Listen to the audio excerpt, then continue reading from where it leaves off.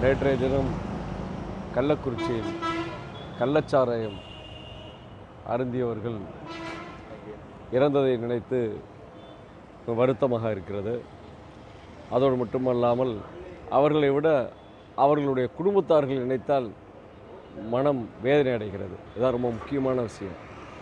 ஏன்னு கேட்டால், கள்ளச்சாராயத்தை போய் சாப்பிட்டா அதில் ஏதாவது சங்கடங்கள் வந்துருங்கிறது தெரிஞ்சே போய் சாப்பிடக்கூடிய நபர்களை பார்த்து நம்ம பரிதாபப்படணுங்கிற அவசியம் இல்லை. ஆனால் கள்ளச்சாராயம் ஒழிக்கப்பட வேண்டும். அது ரொம்ப மிக முக்கியமான விஷயம். அந்த கருணாபுரத்தை சேர்ந்த மக்கள்னு சொல்கிறத விட அங்கே இருக்கக்கூடிய குடும்ப தலைவிகள் அவங்க நேற்றுக்கு பேட்டி அளிக்கிறத பார்க்கும்போது மிகப்பெரிய சங்கடமாக இருக்குது.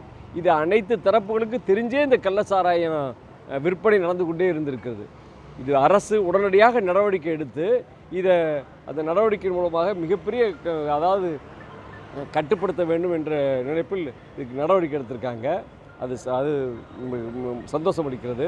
இருந்தாலும் கள்ளச்சாராயம் இந்த கள்ளக்குறிச்சி பகுதியில் மட்டும் அடிக்கடி இந்த மாதிரியான சமாச்சாரம் நடக்கிறது எங்களுக்கு பெரிய அது ஏன் அந்த மாதிரியான நடக்குதுங்கும் போது அந்த இடத்துல நடவடிக்கையை கூர்மைப்படுத்தப்பட வேண்டும். அதோடு மட்டும் இல்லாமல் அங்கே இருக்கக்கூடிய எஸ்பிசிஐடி இது மாதிரியான உளவுத்துறைலாம் இருப்பாங்க. அவங்கள்ட்ட தான் சரியான தகவல் வரலையா, ஏன் அந்த நடவடிக்கை எடுக்காமே விட்டாங்க? ஆகவே தொடர்ந்து இந்த கள்ளச்சாராயத்தை ஒழிக்கணும். அது ஒன்று. இது இல்லாமல் பரவலாக இன்னொரு பேச்சு இருக்குது. என்னென்னு கேட்டால், ஏன் இந்த மது விற்பனைங்கிறது இந்த அரசு கையில் பாலிசி மேட்டராக எடுத்து பண்ணிக்கிட்டு இருக்கு. மதுவே ஒழிக்கப்பட வேண்டிய ஒன்று. மது விற்பனையே முற்றிலுமாக தமிழ்நாடு எல்லா விதத்துலேயும் வளர்ந்துருச்சுன்னு சொல்கிறோம். நம்ம ஏன் இது தவிர்க்கப்படக்கூடாது?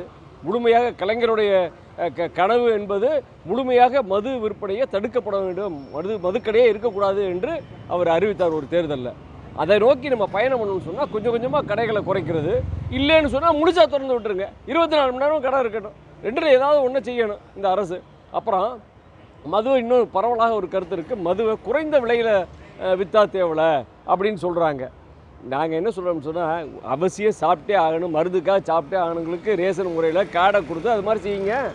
அதை விட்டு இதை கடைகளை அதிகமாக திறக்கிறது, அதாவது இந்த அரசை நடத்துவதற்காக இந்த பணம் தேவைப்படுதுங்கிறதுக்காக இந்த குடும்பங்களை அழிக்கிறதுங்கிறது எப்படி சாத்தியமாகும்? ஆகவே கள்ளச்சாராயம் ஒழிக்கப்பட வேண்டும், மது விற்பனையும் குறைக்கப்பட வேண்டும் என்று இதன் மூலமாக கேட்டுக்கொள்கிறேன். மக்களுக்கு போதை தேவைப்படுவதாக இருக்குது. அரசு மக்கள் போதையில் வச்சுருக்கணும் அப்படின்னு நினைக்குது. அதையோடு சேர்த்து கோடிக்கணக்கான ரூபாயை சம்பாதிக்கிற கார்ப்பரேட் நிறுவனங்களுக்கு ஆதரவாகவும் இருக்கணுங்கிறது அரசாக இருக்குது. இப்படி இல்லாமல் மக்களுக்கான அரசாக இந்த அரசு மாறணும். மக்களுக்கு போதையை கொடுக்கும் பொழுது இயற்கையான போதையான கல் இது மாதிரி விஷயங்களை கொடுத்தா பரவலாக விவசாயிகள் பயனடைவாங்க. கல்லுக்கு அனுமதி கொடுத்தா கல் மக்களுக்கு போதையை தர்ற விஷயந்தான். மக்கள் கல்லை குடிச்சிட்டு இது மாதிரியான சாவெல்லாம் ஏற்படாது. பரவலாக எல்லா விவசாயிகளும் இது மூலமாக பயனடைவாங்க. ஊரில் இருக்கக்கூடிய மக்களுடைய பொருளாதாரமும் மேம்படும். இதுதான் இதுக்கான ஒரே தீர்வாக இருக்க முடியும். இதை விட்டுட்டு திரும்ப நான் கள்ளச்சாராயத்தை மட்டும் ஒழிக்கிறேன், கடுமையாக கண்காணிக்கிறேன் அப்படின்லாம் அவங்க முயற்சி பண்ணாங்கன்னா அது முடியவே முடியாது. ஏன்னா இந்த காவல்துறை ஊழல் மலிஞ்சு கிடக்கிற துறையாக இருக்குது. அந்த துறையில் போய் அந்த துறையை வச்சுக்கிட்டு நான் எல்லாத்தையும் கண்டுபிடிக்கிறேன், ஒழிக்கிறேன்னு சொல்கிறதெல்லாம் வாய்ப்பே இல்லை. அது நடக்காது. அதனால் கல்லுக்கு அனுமதி கொடுக்கணும். அதுதான் இதுக்கான தீர்வு. இரவு 12 மணி வரைக்கும் வியாபாரம் நடந்துகிட்ருக்கு. சில இடங்களில் 24 மணி நேரம் 24/7 வியாபாரம் நடந்துகிட்ருக்கு. இது யாருக்கு வருமானத்தை கொடுக்குதுன்னா, ஒன்று மிக முக்கியமாக யாருக்குன்னா காவல்துறைக்கு தான் அந்த வருமானம் போகுது. அவங்க மிரட்டி அவங்களுக்கெல்லாம் பணம் கொடுங்குறாங்க. ஊரில் இருக்க சில அரசியல்வாதிகள் கொஞ்சம் பணம் கொடுங்குறாங்க. அந்த நடத்துகிறவங்களுக்கு கொஞ்சம் காசு போகுது. இது மக்கள் 2 மடங்கு செலவை எதிர்கொள்கிறாங்க இந்த மாதிரி நேரங்களில். அதனால் ஒன்று நேரத்தை 24 நேரம் கடையாக கூட ஒரு 10-15 கடையை வைங்க. அரசுக்காக அந்த வருமானம் வரட்டும்.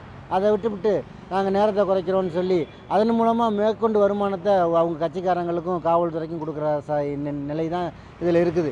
அதனால் அந்த நேர கட்டுப்பாடுங்கிறது ரொம்ப தேவையில்லாத அவசியம் இல்லாத ஒன்றாகவும் இங்கே இருக்குது.